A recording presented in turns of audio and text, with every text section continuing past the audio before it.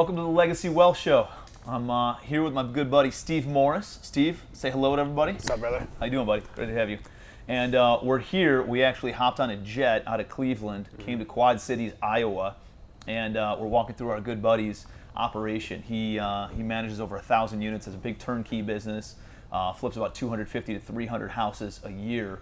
And so we're just kind of hanging out here in his warehouse. He's created his own warehouse with inventory in order to expedite all the operations and management and maintenance and all those kinds of things that come with property management. So no, we're here, took the jet out here. There's a group of about 10 of us that are just hanging out. We're going to go out to a first class dinner tonight and then take a jet back to Cleveland tomorrow. But Steve's been a good friend of mine for several years now, and we've been doing some deals together. We own about 100 units together as well. And wanted to have him on, just kind of share his story about how he got started, how he's been able to scale up, some of the big takeaways that he's learned over the past couple of years of us doing masterminds together, and a little bit about what you learned on this. So why don't you give everybody just a quick high level on your background? Sure. And like how you got started in real estate and being an entrepreneur. Yeah, and I think the more I talk to people that go through this, real estate and or business scaling process, a lot of them seem that they start in, what we would call an entry-level position, no matter what the industry is, or in a position where they're basically there to learn as much as they can, and then they try to figure out what they do well, what they don't do well, and then scale from there. So my first real estate-based position, I came straight out of grad school from Bowling Green, moved back to Cleveland. My family was from that area, and just started helping investors, being a real estate agent, either supplying inventory to them, representing them, leasing their rental units and whatnot. As an agent. Correct, sure. And got licensed, I think that was 2013. And, relatively quickly, my cousin was a good flipper. I had friends that were, good house flippers and some buy and hold guys. And, you can make a good amount of money there, as well as learn a nice foundation for investing and or business scaling. Mm-hmm. But you do realize that a lot of your clients tend to either profit more on the same deal that maybe you found and they completed. They're profiting 5x or 10x of what maybe you got paid. So once you have that foundation, it makes some sense. What was your I don't know this story or not, but I assume you sell somebody a house for $100,000 as an agent, you make $3,000 on that, right? What was your first wholesale deal or your first investment deal? Tell me a little bit about that. That's a great question. I could probably dial that up. I remember the one deal that really set it off in my head was I was helping an investor at the time, and I won't give his name or why it did or didn't work out with some of his houses, and just like anyone else, he's lost money in some houses and made money in some houses. But we were real young, like 24-ish area, and we were just trying to kind of fail forward, and we were definitely failing a lot, but learning a lot. And the market wasn't quite as hot then, and I was almost representing him through buying off the MLS, and he was a very young, inexperienced operator.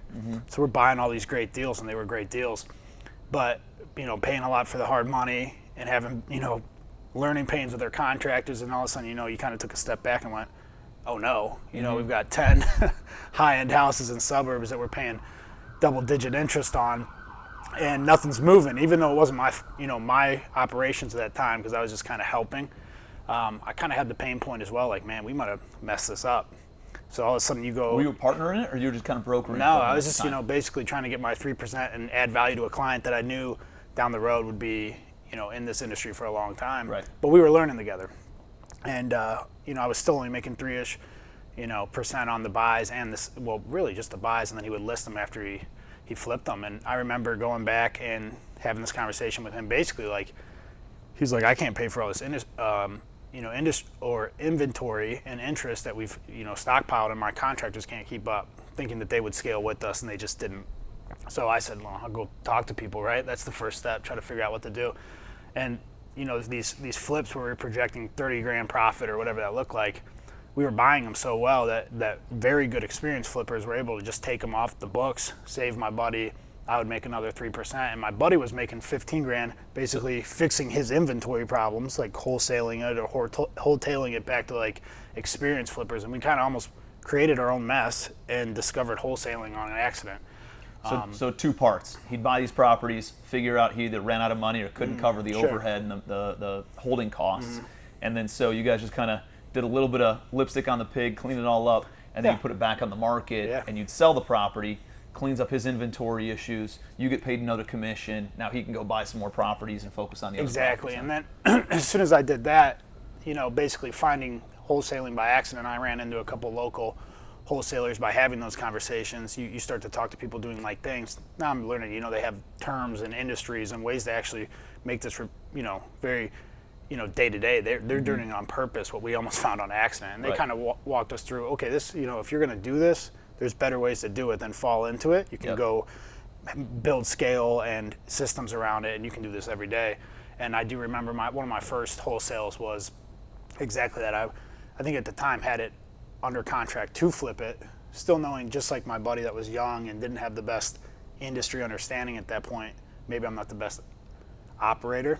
Took that same house in Lakewood that was probably going to get flipped and make 32 grand over 6 months, and I think I wholesaled it for 18, 20 grand, and I thought this is way better than paying for the house, holding costs, making sure that you're there every day, controlling the contractors and timelines and stuff like that. So Learned it better than flipping, and it's better than brokering real estate, Oh, right? yeah. So that was Making 6 times as much money from brokering. Yep, and all you had to pay for was some soft costs. I actually double closed that one. My first one ever, I double closed.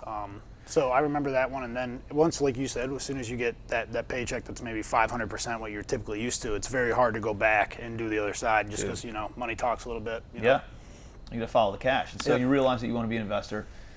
You started building up a little bit of portfolio, right? You ended up selling a lot of it, though, didn't you? Yeah, it was all C minus, C level, single family, multifamily stuff. So not logistically great, as well as the neighborhood class and tenant class wasn't great either. So it became very clear again, failing forward, this is not how you build a portfolio. Again, very, very profitable. I mean, we were bringing doors in. Again, this is now, instead of 2013, probably 2014, 15. I got up to like 60 doors, but it was single family duplexes and quads, and it was a mess. Tenants were messes. So in and out of jail, not paying C minus properties, and I was going and collecting, rents with CCW on me, and my dad saying you can only go during this hours because I'm a mid-20 kid and he wants me to be safe. Yep. So you start to do all this thought, is this even worth it? Even though I'm making a lot of money, liquidated again in a very similar wholesale, created an accidental wholesale, thinking that I was going to have this great portfolio. It wasn't. So I just took the margin, and then we actually went back to the drawing board again, refined the process, and started getting B and A level rentals. So that was. We started doing some heavy, more wholesaling. And you started building up your portfolio again. What was the pivot getting into multifamily? Yeah, the pivot, obviously, again, the more you're in this industry, the more people you meet. If you're, a hard worker and trying to be a smart worker as well, you're talking to people about not only what is and isn't working for you, but what is and is working for them. And that's either through free networking or paid events or masterminds or anything that you can basically sit around and be around people that have probably learned not only what you've learned, but 2 or 3 steps up of what worked for them as well. So going to your events and masterminds and seeing you who had a property management business and a wholesale business, and you flipped houses too, and you struggled with the same stuff I did, listening to what them works, why you like apartments more, makes you think, okay, if he's done all the same stuff and had the same struggles, but now he's found something that really fits for a couple of reasons, why wouldn't it fit for me? So you're just, we always say R&D, Robin duplicates the real one for that. That's it. You don't have to reinvent the wheel. So watching it work for a lot of people and seeing some big benefits in the multifamily, just as far as business logistics, I love what Steve Morris just shared about R&D. Not research and development, rob and duplicate. There's already somebody out there who's having success in business, who's having success in real estate. You don't need to reinvent the wheel. Real estate's been around since the dawn of civilization. That's how wealth has been measured, right? Since they had feudal lords. That's why they call them landlords, right? And so what he was saying is there's already people out there who are having success in real estate. All he needed to do is go and latch onto them, follow their systems, follow their processes, duplicate what they were doing, the strategies, the asset classes, whatever that looked like, and just shifted his business, pivoted his business into the same thing.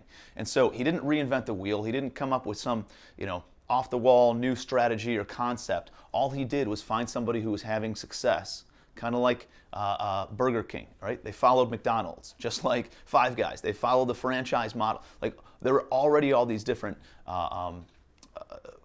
fast food restaurants and fast food stores, and all they needed to do is just duplicate the model, and then they made tacos out of it, right? They did chicken sandwiches out of it, and all you do is you duplicate what other people are already having success with. So I love what he said there. Tag on to people in your local market, around your local region, nationally, nationwide, and latch onto them and duplicate what they're doing. You don't need to come up with new concepts, new strategies on your own. What have you found? So I think one of the things that really impressed me about what you've been able to do is you've created this kind of a local celebrity status, right? So you kind of you got funny posts on social media. You got a pretty heavy following on social media. You're obviously doing deals, so you attract this people who want some comic relief from social media. You attract some people who are doing deals. All of a sudden, there's people who are following you and connecting with you, and obviously, you had come out to some of my masterminds and saw the power of a collective group of people doing deals, and you put together Bulletproof, right? Yep. Bulletproof Sales. So, tell me a little bit about what that progression looked like and what it's turned into for you, because really anybody can do that, right? You don't have to be in Cleveland, Ohio. Like, anybody in their own local market can put this together, become a local celebrity, get a lot of deal flow from it, make a nice little residual from it as well, and all of a sudden it's a way that you're conveying value to other people and at the same time building your business. So tell me a little bit about what that progression looked like as you started coaching people. Yeah, I think, again, you just go through this kind of very windy path and you don't always know where it's going right off the rip. And was found by actually some people that are in the DM family and people that you've known for 4 or 5 years on LinkedIn, where they were just trying to, kind of help or have me help them finish a flip because they were more wholesalers. And, I was talking to them about their projected profits on these houses they were flipping, and their cost basis was so low that eventually I had to ask, I'm buying houses in the same neighborhood as you, and why are you able to buy them at 15, 16, 17,000 a pop, and I'm buying them at 30, 40? And they're like, are you buying off the MLS? Sure. And they're like, well, we're buying off these direct mail postcards and cold calls and these bandit signs. And what that brings back to this question is that I just met a bunch of people that were doing real high level stuff that were brutally honest and were giving away their business model to me for no reason. Nice guys, funny guys, cool guys, right?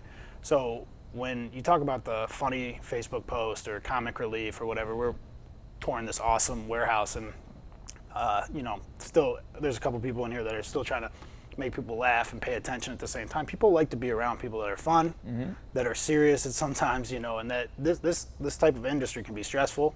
Everyone's got their own pressure, so I think if you can build a couple personas where it's like you're a local expert, but you're also able to put on a good event and let people let their hair down and meet new people and then share ideas and stuff like that. If you can kind of create those paths where those cross, it brings a lot of people into your network that are willing to work with you. Yeah, and I think it's one of those things like you're just genuine, right? You're authentic. And because you're authentic, because you're genuine, because you're a salt of the earth guy and people can relate to you, they want to be around you. And I see a lot of people who try to be somebody they're not on social media, right? You say, hey, listen, man, I like to go out. I like to, have a few drinks, have a good time, hang out, and that's cool. That attracts a certain kind of person. Me, I'm more of a family guy. I don't go out as much. I attract a little bit different of a person, but that's not to say that you're doing it right or I'm doing it wrong, or vice versa. And it's not to say that somebody else who's very we have very similar mindsets. As we walk around here, we're dude, our heads are blown because of the number of layers and levels in putting something like this together is unbelievable for us. But the person who has the analytical mindset, who has the data-driven mindset, the systems operations mindset to put something like this together, they love that, and they couldn't get on social media, right? So it's just realizing you don't have to be somebody that you're not. If you're on social media and you want to be on social media, just be genuine, be authentic, be you, and you're gonna drive traffic, or you're gonna attract people who are very similar to to your mindset and create your own tribe. You know, you don't think have to be what somebody else is. I think in two ways as well. I mean, you hit the nail on the head. So we flew in today, and everyone's having a cool time on the jet, and it's an awesome experience. When we immediately check in, and then we're just eating. And although the conversation at lunch is about business, like you said, you can still see everyone's personalities and their business models and why they work in certain areas. So there's people that are really family oriented, and we're talking about how they were able to, make sure that they weren't missing their daughter's stuff to come to this. And I talked to Dan Mitchin, who's here, and he was making sure that his wife would be okay if he didn't.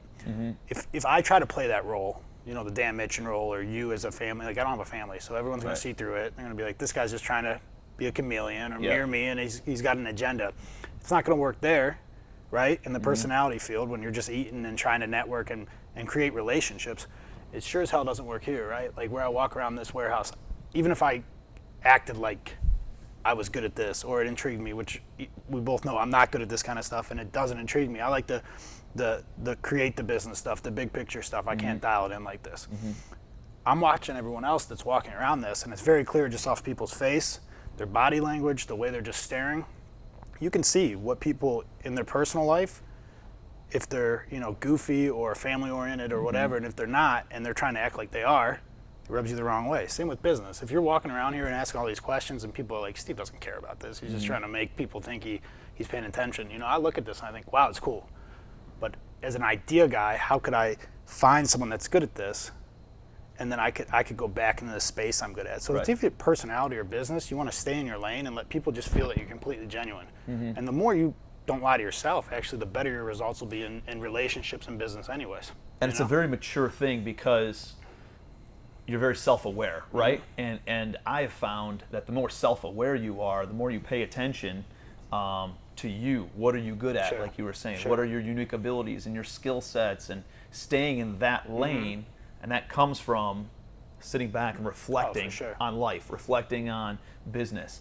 And when you sit back and you do that, it allows you to say, hey, how can I find somebody else to do that aspect that I'm not good at so that I can go back over here and maintain what I am good at? I think actually one of the cool parts about mine and your JV road was that, you were probably a little more experienced than me when I came on, and anyone, both of us have competitive, high drive, type A personalities. It's like I'm bringing a deal, and you're definitely, trying to give me a hand up as far as, dude, I love the deal. I would love to work with you. We're good buddies, but listen to me, I've done this before.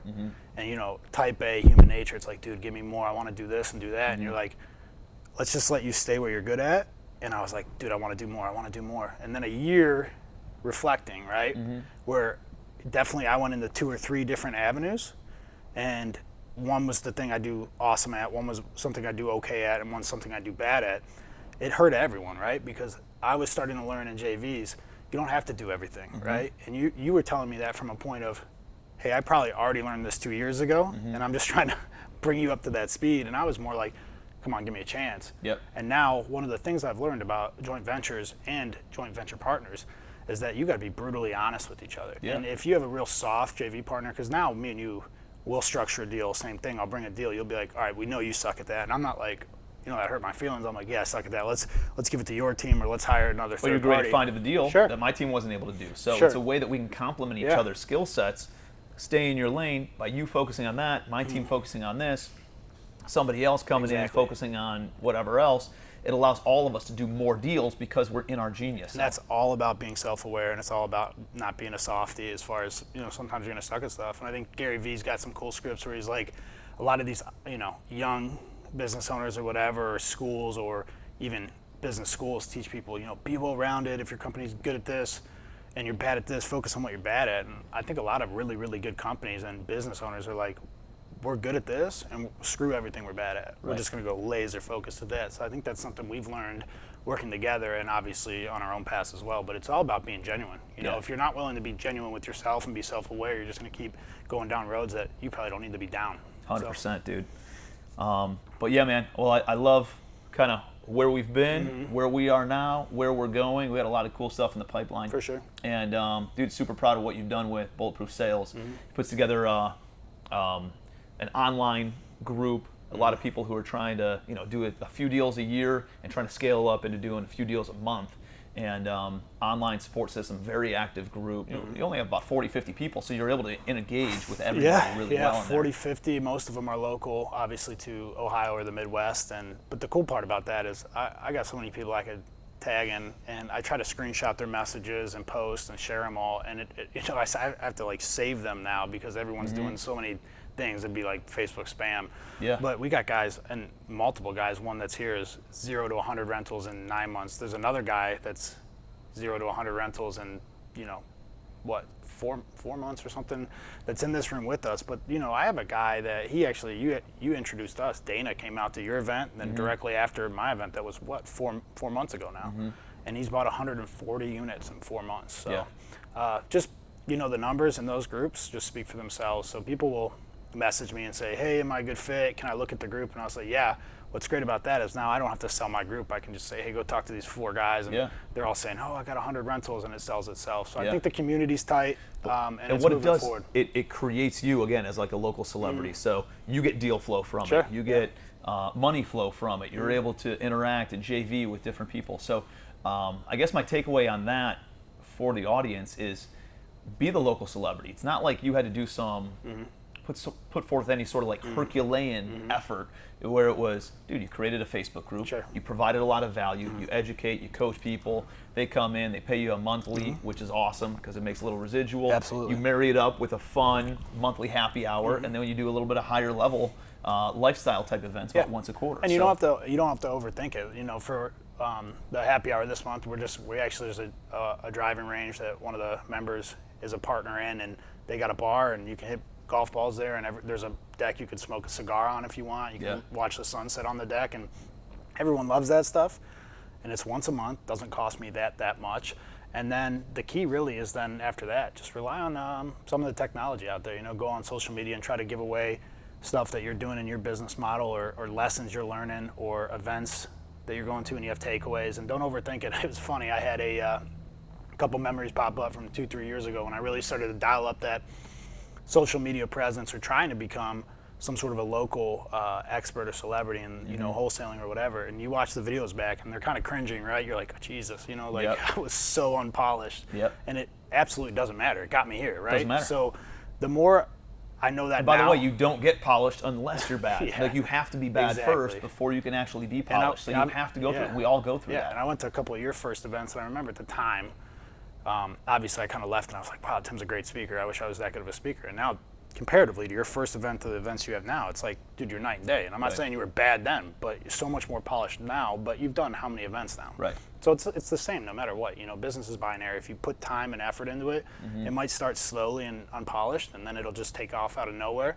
And I think this is a cool story for people watching this, is we used to spend tens of thousands on cold calling a month, cold calling, yellow letters, list source, all that stuff that a lot of people in our market were doing for wholesaling and flips.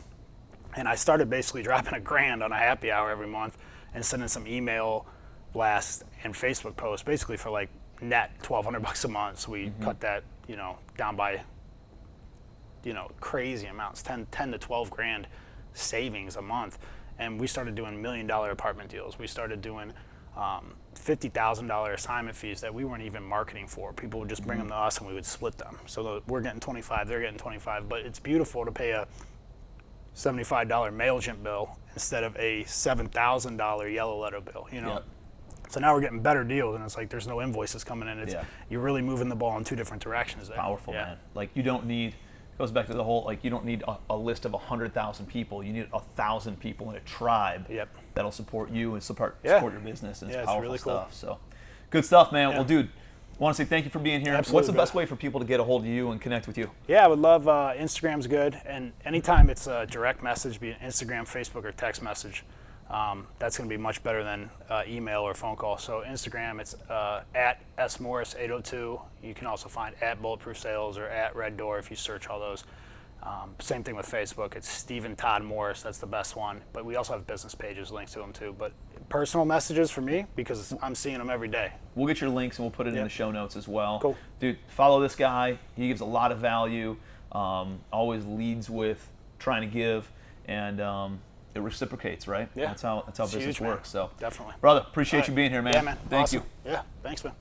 Until next time, we'll see you guys on the Legacy Wealth Show.